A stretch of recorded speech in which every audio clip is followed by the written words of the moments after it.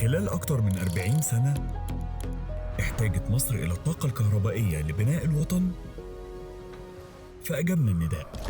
نحن إلكترو جورج، التيار الصامت في نهضة مصر. نملك خبرات من شركات عالمية صقلت أيدينا وشكلت معاييرنا وغرزت فينا الاهتمام بالدقة والجودة.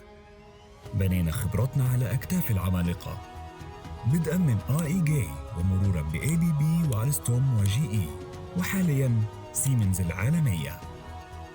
مش بس خدنا معرفتهم، ده احنا كمان طورناها وخليناها تجربة مصرية رائدة.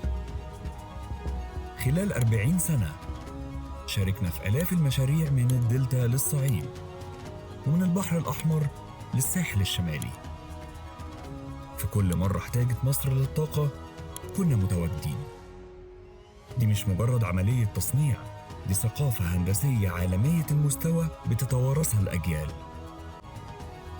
منتجاتنا بتدعم شبكات طاقة في 3 قارات وشايلة بصمة التميز المصري للعالم.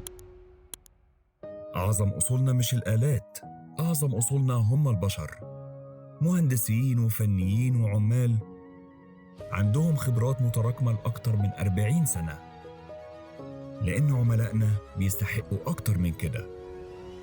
مستقبل الطاقة قدامنا، في كل لوحة بنبنيها وفي كل شبكة طاقة بندعمها. طاقتنا متجددة ولوحتنا ذكية وبيتبني بيها بنية تحتية للأجيال القادمة. إحنا مش بس بنستعد للمستقبل، إحنا بنصنعه. من 40 سنة سيطرنا على التيار، وللسنين الجاية هنحدد مساره.